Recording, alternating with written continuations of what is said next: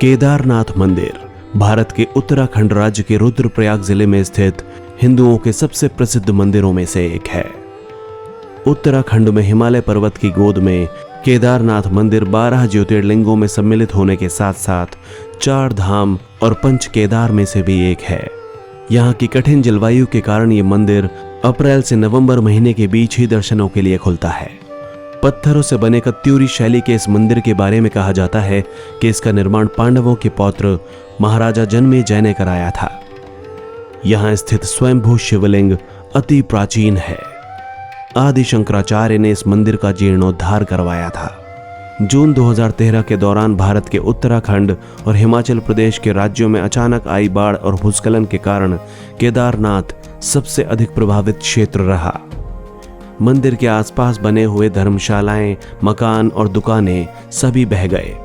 इस प्राकृतिक आपदा में बहुत से लोगों ने अपनी जान भी गंवा दी। इस ऐतिहासिक मंदिर का मुख्य हिस्सा एवं सदियों पुराना गुंबद सुरक्षित रहा, लेकिन मंदिर का प्रवेश द्वार और उसके आसपास का इलाका पूरी तरह तबाह हो गया। इसी के चलते केदारनाथ मंदिर आज भी एक अनसुलझी पहेली बनी हुई है। केदारनाथ मंदिर का निर्माण किसने कराया था, इसके बारे में बहुत कुछ कहा जाता है। पांडवों से लेकर आदि शंकराचार्य तक आज का विज्ञान बताता है कि केदारनाथ मंदिर शायद 8वीं शताब्दी में बना था। यदि आप विश्वास ना भी करें तो भी यह मंदिर कम से कम 1200 वर्षों से अस्तित्व में है। केदारनाथ मंदिर बहुत ही दुर्गम जगह पर स्थित है।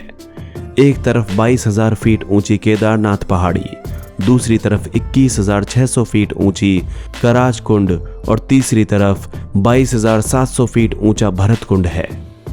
इन 3 पर्वतों से होकर बहने वाली 5 नदियां हैं मंदाकिनी, मधुगंगा, चिरगंगा, सरस्वती और स्वरंदरी।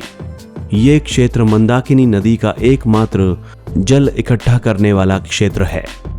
यह मंदिर अपने आप में एक कलाकृति है। कितना बड़ा असंभव कार्य रहा होगा ऐसे स्थान पर इस तरह के कलात्मक मंदिर को बनाना, जहां ठंड के दिन भारी मात्रा में बर्फ हो और बरसात के मौसम में बहुत तेज गति से पानी बहता हो। आज भी आप गाड़ी से उस स्थान तक नहीं जा सकते। फिर इस मंदिर को ऐसी जगह क्यों बनाया गया?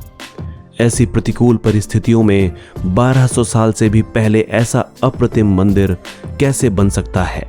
केदारनाथ मंदिर तक आज भी सब कुछ हेलीकॉप्टर के द्वारा ले जाया जाता है। आज की आधुनिक मशीनों के बिना तो कोई ढांचा खड़ा ही नहीं हो सकता। तो हजारों साल पहले इस मंदिर का निर्माण कैसे किया गया होगा, ये सोचकर ही आश्चर्य होता है। यह मंदिर अपने स्थान पर इतनी दुर्गम परिस्थितियों में भी खड़ा हुआ है, और न सिर्फ खड़ा है बल्कि बहुत ही मजबूत भी है। वैज्ञानिक अनुमान लगाते हैं कि यदि मंदिर 10वीं शताब्दी में पृथ्वी पर होता तो यह हिमयुग की एक छोटी सी अवधि में होता। Wadia institute of geology, Dehradun ने केदारनाथ मंदिर की चट्टानों पर लिग्नोमेटिक डेटिंग का परीक्षण किया। यह टेस्ट पत्थरों की आयु पता लगाने के लिए किया जाता है। परीक्षण से पता चला कि मंदिर 14वीं सदी से लेकर 17वीं सदी के मध्य तक पूरी तरह से बर्फ में ही दबा था। हालांकि मंदिर के निर्माण में कोई नुकसान नहीं हुआ। 2013 में केदारनाथ में आई विनाशकारी बाढ़ को सभी ने देखा होगा। इस दौरान औसत से 375% अधिक बारिश हुई थी। सरकारी आंकड़ों के अनुसार इस बाढ़ में 5,748 लोग मारे गए थे और 4200 गांवों को नुकसान पहुंचा था। भारतीय वायुसेना ने 1,10,000 से अधिक लोगों को एयरलिफ्ट किया। लेकिन इतनी भीषण बाढ़ में भी केदारनाथ मंदिर का पूरा ढांचा जरा भी प्रभावित नहीं हुआ। भारतीय पुरातत्व सोसाइटी के मुताबिक इतनी भयंकर बाढ़ के बाद मंदिर की जांच करने पर पता चला कि 99% मंदिर पूरी तरह सुरक्षित है। 2013 की बाढ़ और इसकी वर्तमान स्थिति के दौरान निर्माण को कितना नुकसान पहुंचा, इसका अध्ययन करने के लिए IIT मद्रास ने मंदिर पर NDT परीक्षण किया। साथ ही कहा कि मंदिर पूरी तरह से सुरक्षित और मजबूत है।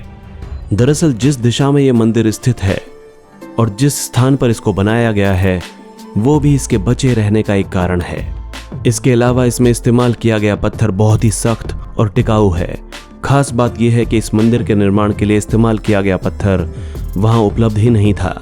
तो जरा सोचिए कि उस पत्थर को कहां से लाया गया होगा। उस समय इतने बड़े बड़े पत्थरों को ढोने के लिए इतने उपकरण भी उपलब्ध नहीं थे। इस पत्थर की विशेषता यह है कि 400 साल तक बर्फ के नीचे रहने के बाद भी इसके गुणों में और मजबूती में कोई अंतर नहीं आया। केदारनाथ मंदिर उत्तर दक्षिण दिशा में बना हुआ है, जबकि भारत में लगभग सभी मंदिर पूर्व पश्चिम में हैं। विशेषज्ञों के अनुसार यदि इस मंदिर का निर्माण पूर्व पश्चिम में होता तो ये पहले ही नष्ट हो चुका होता। इसलिए हम कह सकते हैं कि मंदिर ने प्रकृति के चक्र में ही अपनी ताकत बनाए रखी है। मंदिर के इन मजबूत पत्थरों को बिना किसी सीमेंट के एशलर तरीके से एक साथ चिपका दिया गया है। इसलिए पत्थर के जोड़ पर तापमान परिवर्तन के किसी भी प्रभाव के बिना मंदिर की ताकत अभेद्य है। केदारनाथ मंदिर उन्नत भारतीय वास्तुकला का एक ज्वलंत उदाहरण है।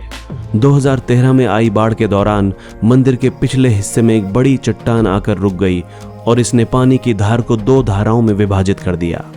मंदिर के दोनों किनारों का तेज पानी अपने साथ सब कुछ ले गया, लेकिन मंदिर और मंदिर में शरण लेने वाले लोग सुरक्षित रहे, जिन्हें अगले दिन भारतीय वायुसेना ने एयरलिफ्ट किया था। सवाल ये नहीं है कि आस्था पर विश्वास किया जाए या नहीं, लेकिन इसमें कोई संदेह नहीं कि मंदिर के निर्माण के लिए स्थल, उसकी दिशा, वही निर्माण सामग्री, यहाँ तक कि प्रकृति को भी ध्यान में रखकर इसका निर्माण किया गया था। इसी कारण ये सैकड़ों हजारों सालों से आज तक अडिग अपने स्थान पर जस का तस खड़ा हुआ है। केदारनाथ मंदिर को 12 ज्योतिर्लिंगों में सबसे ऊंचे होने का सम्मान प्राप्त है। ये एक उदाहरण है कि हजारों साल पहले भी वैदिक हिंदू धर्म और संस्कृति कितनी उन्नत थी। उस समय हमारे ऋषि मुनियों ने वास्तुकला, मौसम विज्ञान, अंतरिक्ष विज्ञान और आयुर्वेद आदि में काफी तरक्की की थी। दोस्तों, अगर आप इतिहास के पन्नों में दर्ज इसी तरह की और भी हैरतअंगेज कहानियां सुनना चाहते हैं तो सब्सक्राइब करें हिस्टोरिक हिंदी को। धन्यवाद।